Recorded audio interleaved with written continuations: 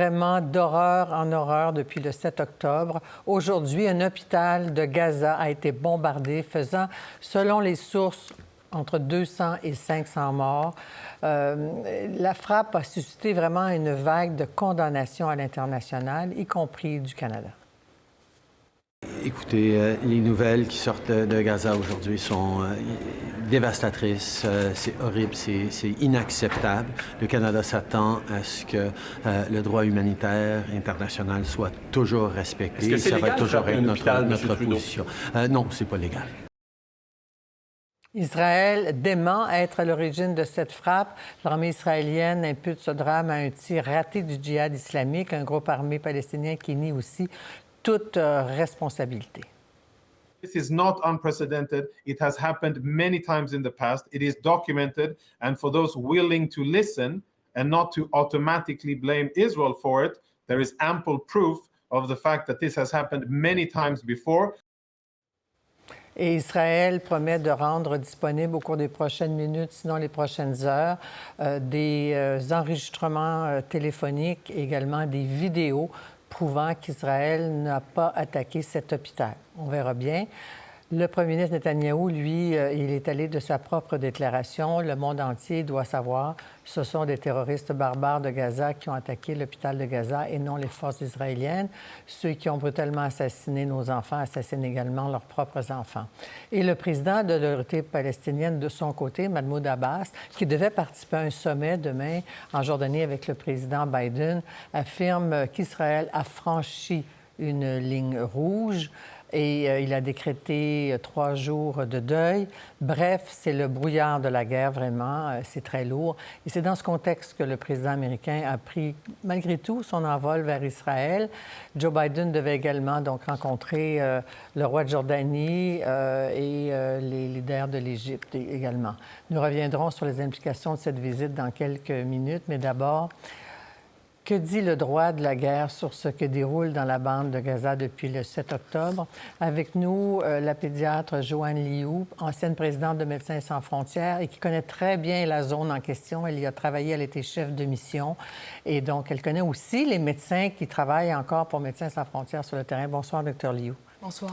Camille Marquis-Bissonnette, spécialiste du droit international à l'Université du Québec en Outaouais. Et votre sujet de thèse, si je comprends bien, ça tourne autour du terrorisme également. Oui, exactement. Merci beaucoup d'être avec nous. Docteur Liu, je sens que ces images et ces informations vous ébranlent énormément. Qu'est-ce que ça évoque pour vous? Qu'est-ce qui vous affecte le plus? Bien, je suis profondément touchée. Puis, en fait, je suis un peu incapable de regarder ces images-là parce que ça me rappelle trop le trauma qu'on a eu en tant qu'organisation le 3 octobre 2015, quand notre hôpital à Kunduz, notre hôpital, un centre de traumatologie dans le nord-est de l'Afghanistan, avait été bombardé par 5 frappes qui, initialement, on ne savait pas d'où ça venait, mais il y avait eu 42 personnes qui ont été décédées, dont 14 du personnel de Médecins sans frontières. Et à ce moment-là, ce qu'on a dit, c'est que on a dit qu'on ne comprenait pas ce qui s'était passé, on ne comprenait pas comment ça qu'on avait perdu notre protection à ce moment-là, en sachant qu'on avait donné nos coordonnées de GPS. Et donc, initialement, tout le monde a accusé tout le monde et il y a eu cette espèce de flou-là, comme on voit présentement. Mais c'est surtout, moi, pourquoi je viens ici, c'est pour rappeler que, qu'importe à qui sera la faute, c'est que le message de base, c'est qu'en temps de guerre, les seuls endroits qui possèdent encore une certaine humanité sont les hôpitaux. Et qu'on soit à Montréal, ou qu'on soit à Gaza, ou qu'on soit en Israël, il n'y a pas personne, quand il est en train de se battre pour sa vie, qui s'attend d'avoir une bombe sur la tête. C'est des règles de base, c'est des règles de notre humanité commune. Et nous, c'est ça pour lequel on s'est battu. Et c'est la raison pour laquelle on a poussé le 3 mai 2016, une résolution qui s'appelle la résolution 2286, qui a réitéré la protection de la mission médicale. Donc, on ne bombarde pas des hôpitaux, on ne bombarde pas des ambulances, on ne bombarde pas des patients, on ne bombarde pas des accompagnants, on ne bombarde pas de personnel soignant. On a vu des images d'ambulances frappées dans le sud de Gaza. On a vu aussi une école avec 6 personnes qui sont décédées aujourd'hui même. Pour vous, j'aimerais avoir votre réaction, Mme Marquis-Bissonnette, sur ces fameux crimes de guerre dont on ne cesse de parler. Il y en a qui parlent de crimes contre l'humanité. Il y en a des deux côtés depuis le 7 octobre, au fond. Oui, exactement. Donc, en fait, un crime de guerre, c'est une violation grave du droit international humanitaire. Donc, il y en a plein. Dans ce conflit, de part et d'autre, tout le monde a l'obligation de respecter le droit international humanitaire. À partir du moment où on s'engage dans des hostilités, peu importe notre statut aux yeux de la communauté internationale ou de l'autre belligérant, on doit respecter le droit international humanitaire. Bombarder le festival de musique pour le Hamas, par exemple, exécuter des civils, c'était des crimes de guerre. Mais imposer un blocus humanitaire complet sur Gaza en bloquant la nourriture, l'eau, le gaz et l'électricité qui alimentent notamment les hôpitaux, c'est aussi un crime de guerre. Bombarder un hôpital, c'est un crime de guerre. Bombarder la population civile, on sait que Gaza est un endroit densément peuplé et donc les bombardements qui ont lieu depuis des jours, c'est dans une zone densément peuplée. Donc, ce que l'armée israélienne devrait faire, ça serait de cibler plus précisément les combattants du Hamas qu'ils souhaitent tuer parce que eux, ce sont des militaires, eux, ce sont des combattants qu'on aurait le droit de tuer. Oui. On a vu ces dernières heures cette nouvelle selon laquelle on a tué effectivement un leader du Hamas, mais en même temps une population civile. Et l'argument d'Israël, c'est de dire qu'on cible le Hamas, mais c'est grave de penser qu'on va cibler un leader d'une organisation terroriste et tuer la population civile autour. Est-ce que ça reste un crime de guerre dans ce temps-là ou pas? Oui, parce que, dans le fond, on doit toujours, les attaques en droit international en temps de guerre doivent toujours cibler soit des objectifs militaires, donc base militaire, une cache d'armes, ou des combattants. Mais même si on cible ces combattants-là, s'il y a des dommages collatéraux trop importants autour, c'est une attaque disproportionnée. Et là, ça peut aussi constituer un crime de guerre, effectivement. De la même façon, l'ONU a dénoncé que c'était, en fait, une espèce de punition collective des Gazaouis pour les attaques du Hamas qui ont commencé le 7 octobre. Et ça, c'est aussi interdit par le droit international humanitaire de bombarder toute une population civile en représailles à des attaques. Vous êtes allé sur le terrain, Dr. Liu, alors que le Hamas était l'autorité, ce qu'on dit politique, en tout cas, qui contrôlait le Hamas. On parle même d'un ministre de la Santé qui fait le bilan des morts. Israël, par exemple, hier, on disait 2800 morts du côté des Gazaouis. Le porte-parole militaire disait que c'est des informations fausses du Hamas.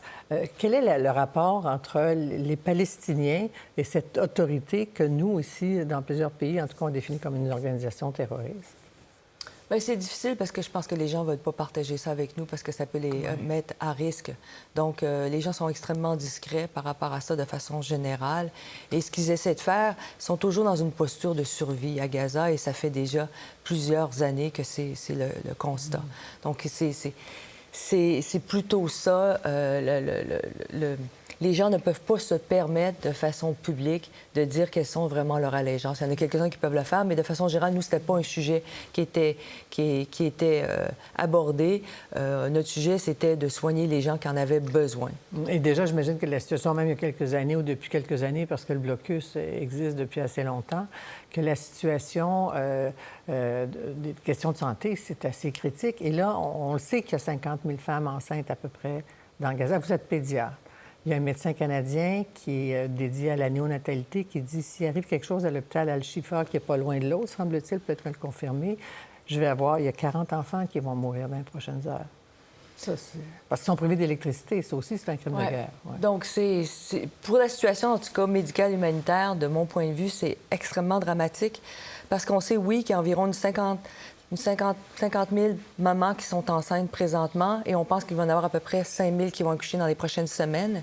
Et donc, c'est sûr que vous savez à quoi ça ressemble un accouchement, on le voit ici au Canada, les soins que ça peut requérir, le fait que si un enfant est prématuré, puis on pense qu'il va probablement, avec tout le stress des accouchements prématurés, on va avoir besoin de couveuses, besoin d'électricité. Des petits-enfants vont peut-être avoir besoin d'être ventilés avec des ventilateurs qui ont besoin d'électricité. L'hôpital a besoin d'électricité. Donc ça, d'une part, mais des choses simples comme aussi une formule pour bébé. Donc si on a besoin d'eau potable pour faire la formule pour le bébé, et ça, dans certains endroits, ça manque déjà. Ça manque déjà. Donc pour vous, est-ce que ça rentre dans la catégorie évidemment des crimes de guerre que de priver cette population-là d'électricité, d'eau. Oui, c'est ça. On commence à dénoncer, on commence à voir qu'il y a beaucoup de victimes civiles qui meurent à Gaza. Mais en fait, dès le dimanche 8 octobre, dès qu'Israël a imposé le blocus, c'était évident que ça allait se poursuivre, ça allait finir en catastrophe humanitaire parce que, ben oui, le droit international humanitaire interdit de priver. En fait, la famine est un moyen de guerre qui est interdit. Donc, on ne peut pas affamer une population civile parce qu'on est en guerre. En fait, le droit international humanitaire est un droit super instinctif. Ce qu'on pense qui est mal est généralement interdit. Donc, vous avez le droit de tuer des soldats, mais vous n'avez pas le droit de tuer des civils. Vous avez le droit de bombarder une base militaire, mais pas un hôpital. C'est assez direct. Il y a un médecin, sans doute que vous connaissez de nom, ou collègue, qui était à l'hôpital Al-Ali en début de journée, qui a témoigné sur Facebook. On vous passera un extrait de ce qu'il a écrit. « J'ai entendu le cri de 2 missiles puis une explosion de charge. Le faux plafond au bloc est tombé. En marchant vers l'entrée latérale de service d'opération, j'ai vu que l'hôpital lui-même était en feu et qu'il avait été directement touché. Les blessés ont commencé à trébucher vers nous. J'ai ensuite couru à la salle d'urgence et ça continue. » C'est le Dr Ghassan Abou Cité. Ce sont généralement des médecins Médecins sans frontières de votre organisation qui sont bénévoles. Quel courage ça prend pour se retrouver dans une situation pareille? Oui, ça prend du courage, mais ça prend du courage de tous et chacun. Puis je pense que chacun, je veux dire, va l'exprimer soit en y allant, soit en parlant, soit en dénonçant. Je pense qu'aujourd'hui, dans ce qui se passe, on a tous un rôle. Et je dirais que la communauté internationale ne doit pas laisser des crimes comme ça se passer sans qu'ils soient dénoncés et qu'ils soient nommés, qu'importe qui en est l'auteur. Donc, nous, on a cette job-là. C'est parce que sans ça, c'est l'impunité totale. Le droit international humanitaire est là pour garder une humanité dans ce qui est inhumain, qui est la guerre. On sent qu'il est violé de plus en plus, d'une certaine manière. Vous le constatez sur le terrain. Oui, mais c'est pour ça qu'il faut en parler. Vous retourneriez demain matin à l'ONU, lancer le cri que vous aviez lancé à l'époque? Ça, sûrement pour l'ONU, pour la bande de Gaza, ça serait une trop grande négociation chez nous. Ah oui. Mais est-ce que c'est pour vous une forme de découragement de voir ce qui se passe?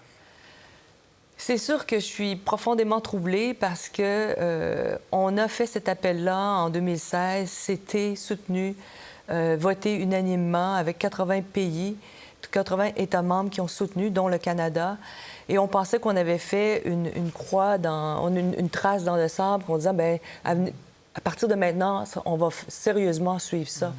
Mais même si on a un index d'attaque sur les hôpitaux et le matériel hospitalier et soignant et patient, l'année dernière, on en a quand même noté jusqu'à 1551, je ne suis pas de bêtises, sur l'index de l'OMS, et 1100 de ces attaques-là ont lieu en Ukraine. Donc, ça continue et c'est pour ça qu'il faut le dénoncer, parce qu'au moins le dénoncer, ça enlève toute l'impunité. Parce que dans ce cas-ci, l'impunité face à un groupe terroriste, tel que le Canada et plusieurs autres l'affirment, qu'est-ce que ça annonce pour l'avenir, selon vous, face au Hamas? Parce que là, Israël veut éradiquer Hamas, veut tuer tout le monde, veut vraiment les...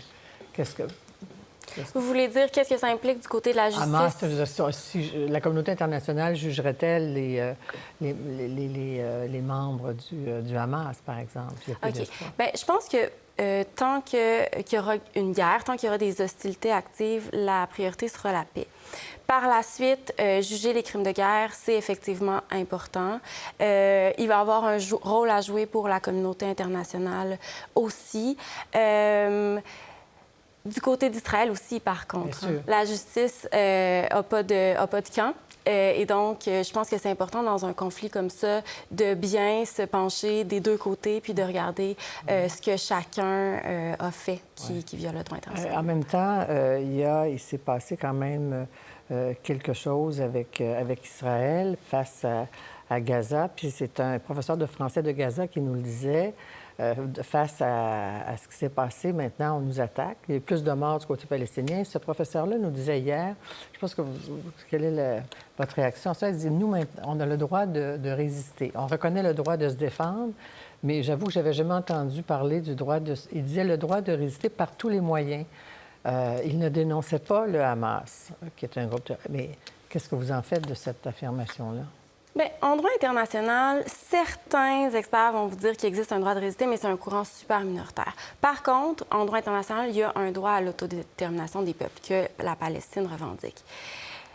Mais face à l'attaque de la Palestine, à partir du moment où du Hamas, à partir du moment où on rentre en guerre, il ne s'agit plus de savoir qui a raison ou qui a tort. On applique le droit de la guerre.